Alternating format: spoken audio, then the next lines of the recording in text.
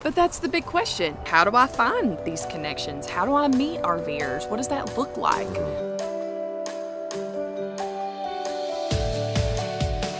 Oh, I know. I'm gonna get it.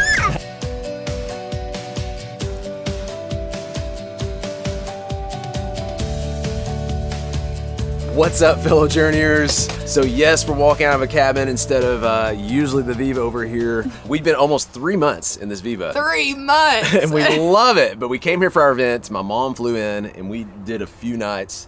Three nights with my mom with us in the Viva, and we quickly learned this is tight for 4. It gets really tight once you have 5. For this event, we have rented this cabin to basically focus on being able to rest and be there for everybody here for this event, because this event is all about, for you and for them, we're gonna talk about finding your one. Because I don't know if you're like us as introverts, like sometimes you get overwhelmed, whether it's an event or RVing, like how do I connect with people, especially on the road? The journey is better together. I mean, that's definitely been the key, I think, to us enjoying the RV life. We felt so lonely that first year. Better also in the sense that it will be longer together, because without connection, without community, I think it's very difficult to live this lifestyle for a long period of time. So we have set up for our event, totally outside. A little scary. Well, we're like, it's Arizona. It's gonna be warm. They're like, it's warm, it doesn't rain. Yesterday, however, it was definitely even colder.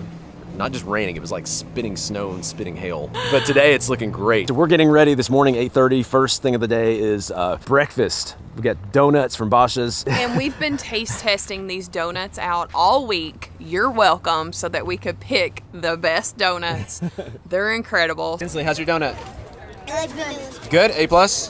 Good donuts? Yes. Yeah? Yes. All right, so we're making our way around to some of the rigs of people that are here at the event. And one great way to get to know people is to see their home. Are we 26? They're right there next to you. Yeah. All right, we will not barge into your home. Do you care if I park right here?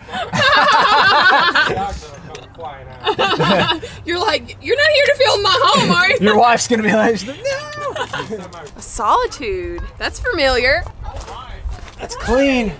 Can I call you Jim? Are we on that level? I love this layout, and when Nathan and I started looking, we're like, man, if it was just us, this is exactly what we would have. This is like a beautiful couples. It is. It is. That was your dad's pool toy? Yeah. Oh my Oh, goodness. that's amazing. So it's around 100 years old, what you're saying? Or how close to 100 years old?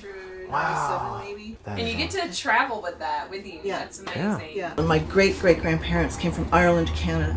And back in the day, immigrants were given crown land grants that they could get property. So they got a farm. It's called a long 100. A long 100? So it's a narrow 100 acres. So my dad's parents and grandparents built the farmhouse, and my dad was born in the farmhouse in 1923. That is part of the banister that was put into that house. So every person who lived in that house touched that banister. Oh, wow. And I was the last generation raised in that house. That's such a piece of my heart, because it's my home. And you see it and touch it every single day. Oh. I know. I'm such a sucker. No, I love it. That's beautiful. I love that she brought all those tiny pieces of memories with her.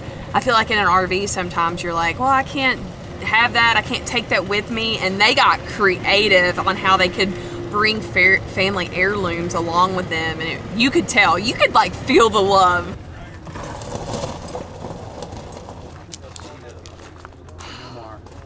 Oh, okay. They sold me on this. I was actually talking to them earlier, and they're like, we're looking for couples that want to go adventurous and get off the beaten path. I'm like, we'll go. And then we got, yeah, it's a lot more room than we've got.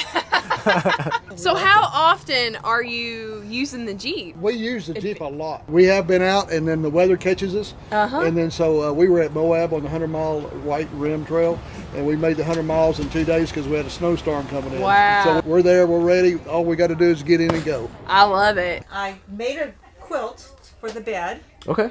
Just to make it a little Can I see it? Absolutely. That's a great idea, because if you had certain fabrics, when my dad passed away, we had blankets made of his clothes. And so that's really cool that you could use whatever fabric was like special to you. I guess when you see it though, you feel a bit of warmth because this is something you made. You created this. To me it says happy rather than the beige one. I get it. Firecracker? Look at Firecracker. So I've already taken a ride in Firecracker.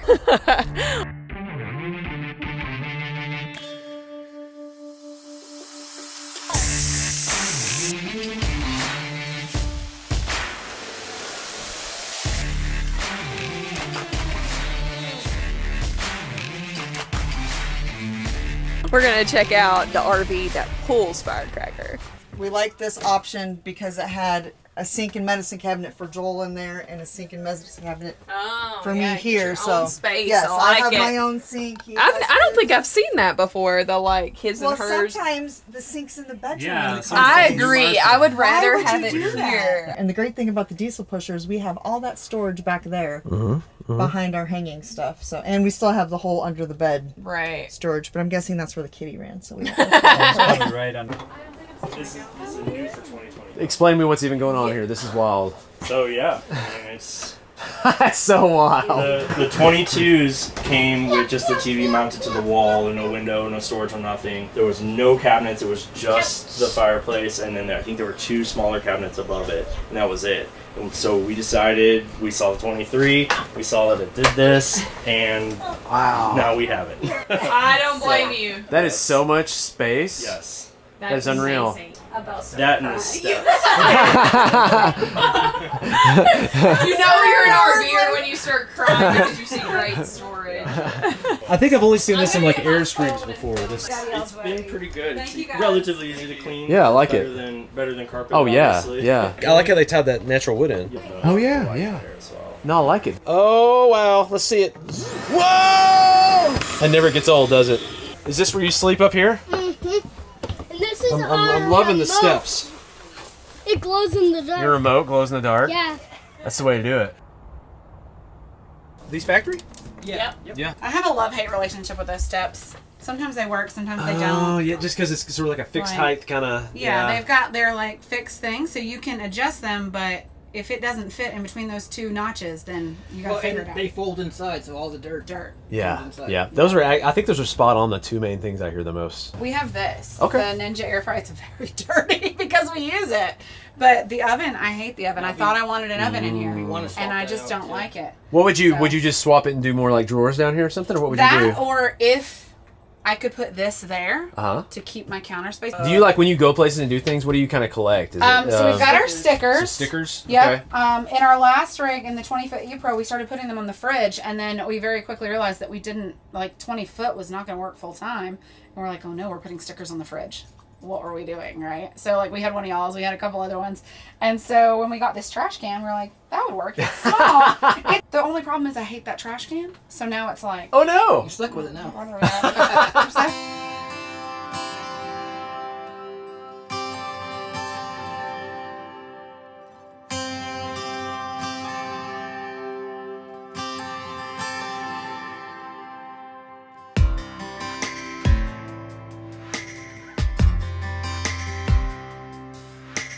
So we want to say thank you to partners that have been a part of giveaways. Grand Design sent us stuff for giveaways, Lippert, Harvest Host, Betty's, and then RVmattress.com. Now RVmattress.com, Matt and Shanna won again.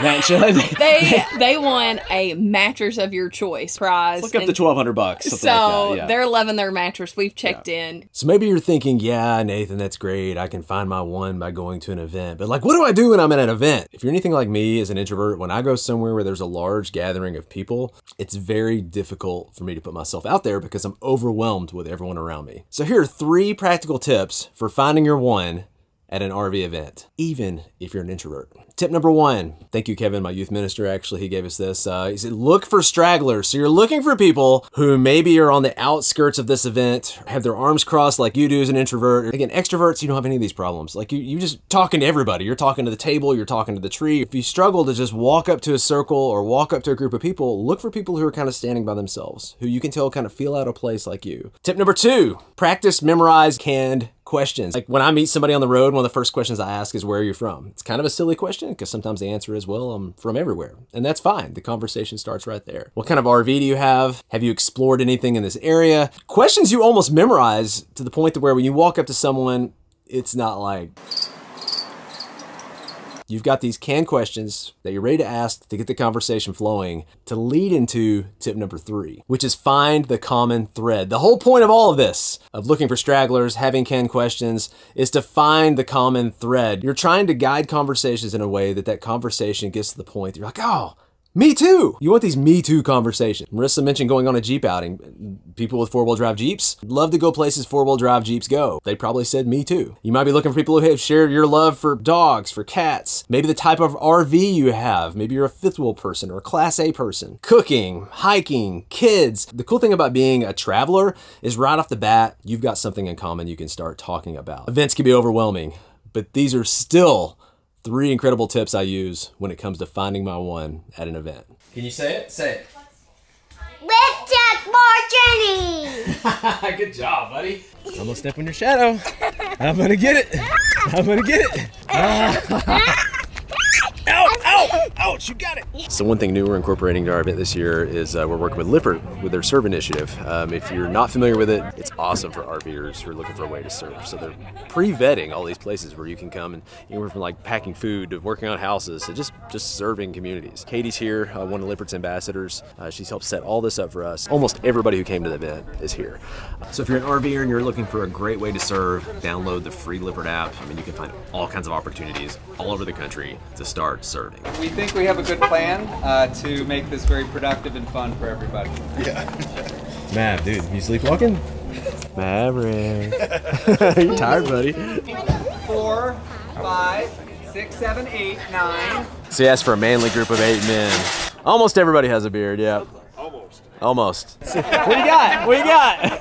Shirts on or shirts off? Oh, you're gonna say it. All right. Over here, this First thing they did is they split us up into a bunch of different groups. I don't know, 8 different groups or something. So apparently we're the largest SeRV group since Lippert did their SeRV event back at the Getaway. So what are you guys doing? You're extra small. You're packing these up. What'd I miss? Did you try one on? Yes. It's terry cloth. Looks a little medical too. With some like micro suede on the outside. Oh, that's nice. That's nice. I can see right here. Yeah. Team Journey. Wow. Right, Team Is that the next our next merch? High school teachers come in and get what they need. Oh, and they can look at it already kind of categorized and stuff. Yeah, Okay. Labeling. We're doing the teacher lounge access with no cost. Okay. For teachers to use in their classroom without spending their own income. So you're prepping for the produce that's coming later with these. Okay. Yeah. What's this station? What are you guys working on? I'm called the boxer. Yeah. Hey, but you're the bottleneck. I've seen assembly lines. Yeah, you gotta. Yeah, the boxer has to be legit. You can't be slacking. Lucy, they used to have all these. Yeah.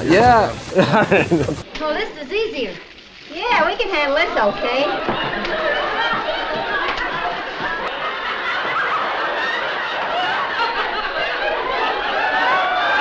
And you're doing splendidly. Speed it up a little!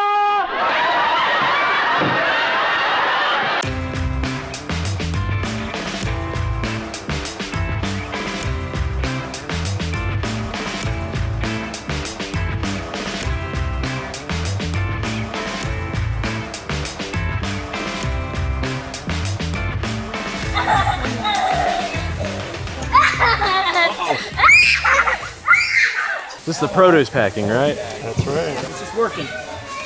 Only 8 more boxes to go with, they told me, guys, so you're doing good. The semi just pulled up. I mean, we have so many different ages here. I think we have like a 6-month-old, and then we have people who can't even stand without a walker but are finding jobs that they can sit and do. It's just so heartwarming to see, you know, of all ages. Sometimes it's really hard with young children to serve. You're like, you know, I want to teach my kids service. I want them to have a heart for serving, but what can we do as a family? When you serve along someone, you just bond with them, and look at all the interaction that's going on with everyone, with the teamwork and giving back to the community, and there's nothing more bonding than that. You may have noticed during this video some people walking around with some merch that doesn't look released yet. Well, that's because it's not released yet. but now it is. That was like the #1 feedback we got at the last huddle was, what about merch? We wanted merch. So we listened and we let them be our tests. They decided what got released to you guys. So they did an amazing job picking out colors and designs, and it is here. It is released. It is live. We've got 2 different designs. This one's my favorite on the tie-dye. My mom even asked for this for Mother's Day, so that's what she got for Mother's Day. Mugs are new for this year. The new hat. Yeah, so new this patches. is the other design that's more my thing. Of course, it's on shirts and hoodies and hats. We've got a new patch hat. Now, if you got the hat last time, it was a little lighter gray, so this is a darker gray hat, but still the same concept where the patches can come off if you want to, and you can, whatever your mood is that day, you can swap your patch out, and you are good to go. You can also purchase the design from the last launch. We have a few of those left. So the supply chain issues, this is starting to become the norm, but we have limited supply on some things. We've literally bought every hat we could of these patch hats, bought them all. and may not come back. We Yeah, may come out we with don't new know. designs, so this may be the last of what we have. Now the sale is only going on for 1 more week. Next Sunday night, May 28th, the store will be shutting down at like 11:59 p.m. So if you want to get the merch before the store closes next week, you want to go to lessjunkmorejourney.com/merch. Now we like to say finding your one, because if you think about it and you go to a rally and there's hundreds, sometimes thousands of people there, like saying, hey, go out and meet everybody you can, it just seems overwhelming. It's funny, we talked about here in our event. I know I've been to an event before. We're there all weekend. Everybody's packing up to leave at the end. And then I see like the husband or the wife walk out of the RV and I'm like, oh my goodness, they are married. There is somebody in there. Like, it's really like you show up to some of these events as an introvert and you're so overwhelmed, because I get it, because I feel that sometimes. I don't know that I'm gonna walk out of the rig today. I'm just gonna stay in here because it's way too overwhelming out there. But something about that phrase, find your one, it's like, okay, I don't have to meet everybody. I'm just looking for somebody I can connect with down the road. Our next huddle is November 12th to the 15th, and it's going to be at one of our favorite places in the world, Pigeon Forge, Tennessee, our home state. So we're excited to bring y'all into Tennessee and give you a Pigeon Forge experience. It's going to be amazing. So if you want to sign up for the next huddle, we'll be having cinnamon bread every day delivered from Dollywood to the, not really, don't. Now, if anybody has a way to do that, actually. Yeah, right. If you want to sign up for that, it's at teamjourneyhuddle.com, and it is very limited. We announced this at our last huddle. It's already more than halfway sold out, so there are not many spots left. We're only going to take, I think, 55 spots this year. It's going to go fast. We obviously think events are fantastic. They're a great way to connect with people, and if you're an introvert like us, just find your one. That's our journey for this week. Until next week, we'll catch you guys later.